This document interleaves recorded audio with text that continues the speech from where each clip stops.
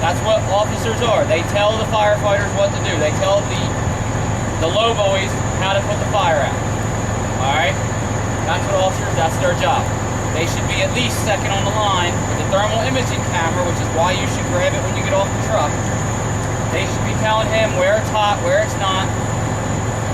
Unfortunately, with some firefighters, they already know. Only you younger guys won't. All right? So, we're going to put Lindsay, you're third on the line. Brian's going to go in. When you go in, Brian, make the right shoot.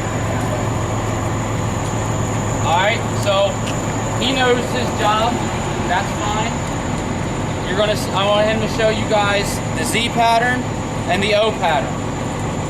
Alright, that's what he's going to show you guys. So just keep that in mind, because a lot of people will panic when they see fire and they go immediately for the fire. That's not the way we're going to teach them. That's not the way you should have learned. Alright? Alright, Brian, good one.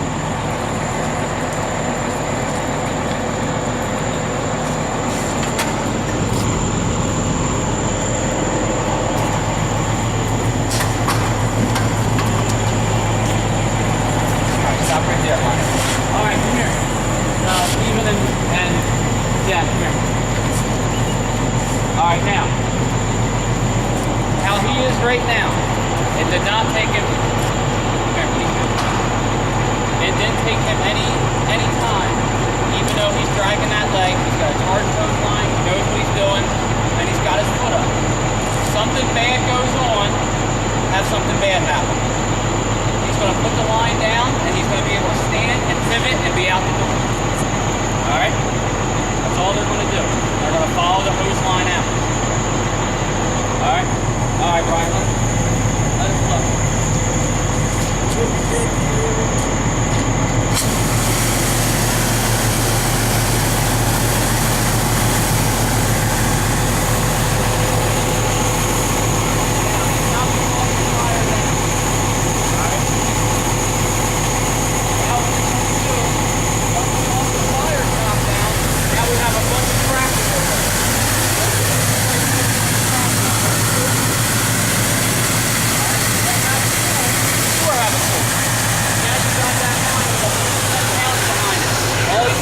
Bounce it off the ground a couple times with the flow, and it should make a nice V pattern where you guys just clear to the nice wall. Alright?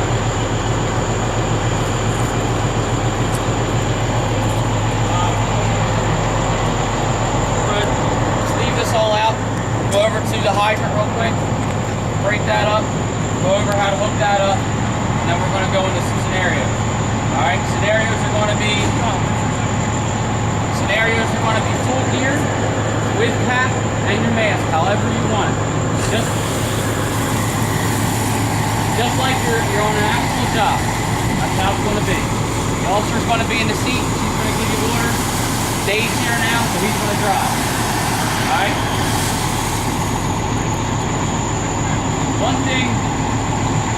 One thing I saw, and I went over this before we go into the front, is everybody come on in here for a minute.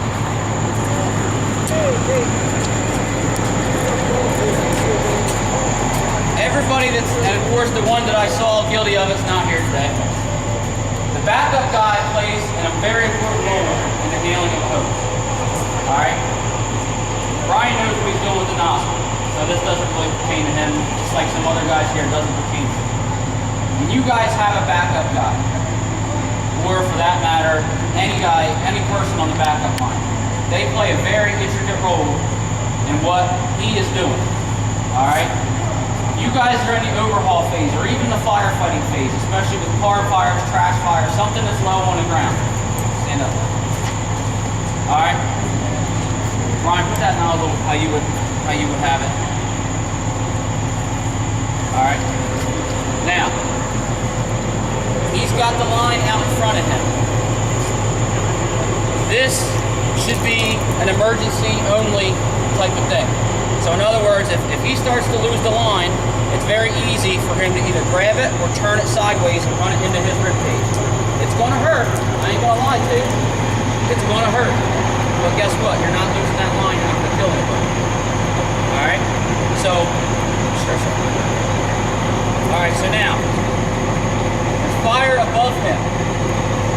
it doesn't really pertain to a 1 3/4 line because they're not that difficult. When you get to like 2.5-inch line, that's where it becomes a problem. He's going to drop down to his knees or his knee, not because he's trying he likes it, just because that's what we do as a backup man. Now, just him doing that, look how that nozzle points. All right, just like if there's fire on the ground during overhaul or fire lower than him, Sandy's going to put it up on his shoulder. So now, Brian can angle that hose down. If he really wants to get more of an angle on it, which for seasoned guys I can say yes, newer guys no, you put it up on your shoulder. All right, and that's only because you're taking the full pressure of that hose up high. All right. You lose this, you're going to cut this. Yeah. Know that. So for the newer guys, we'll put it back underneath the arm, and Sandy's going to play his critical role as a backup man. He's going to say, oh, there's something on the ground. He shouldn't even really have to talk. Just that nozzle, what angle that nozzle is. All right, this is all stuff. I don't know if they taught you firefighter one, but this is all stuff you're going to pick up in the real world. It's a lot faster paced than firefighter one. You're not in a controlled setting. You're doing this. This is for real. All right, that's basically it. I told you about the backup thing the other night. It's not anybody's fault. It's just the thing is, we don't train enough on certain things.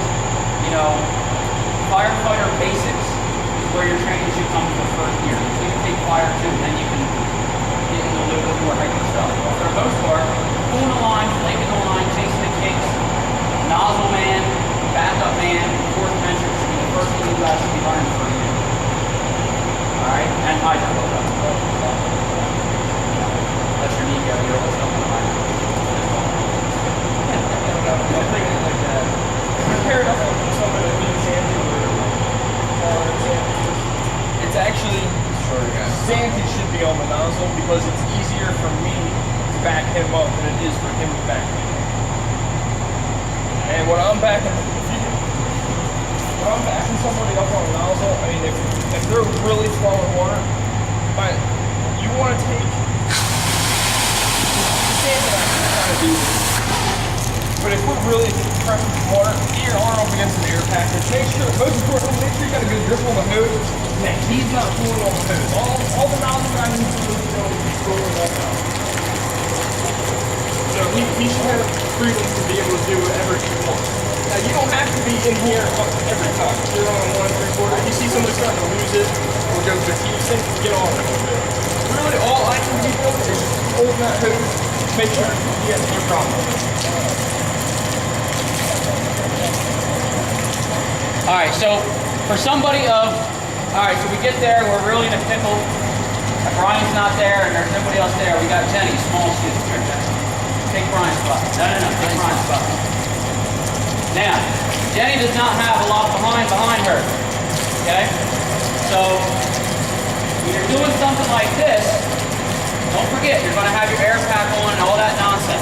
She can actually turn her body and put her air pack next to his air pack. And all she's doing is she's just tensed up like this, leaning back against him, he's leaning back against her. Alright?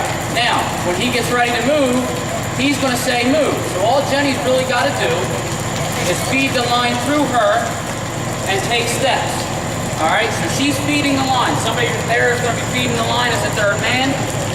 She's turned around. If they're walking down a hallway, she can physically turn around and face forward and follow him. All right?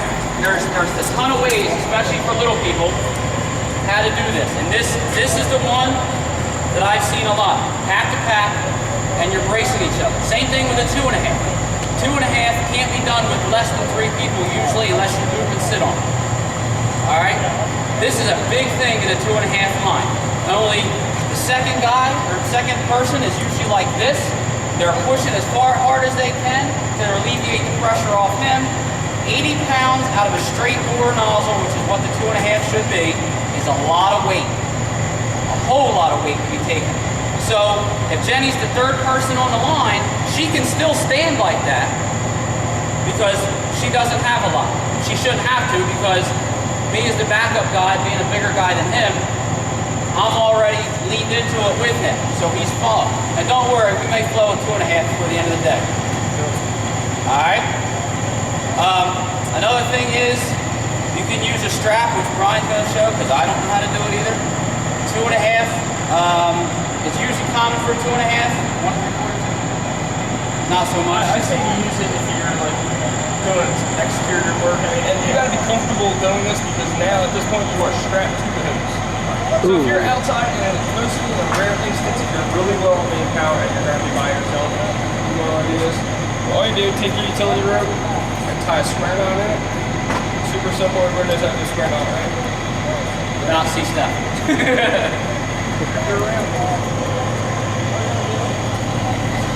Just run it over the hose, under the hose. Take it, let it throw itself.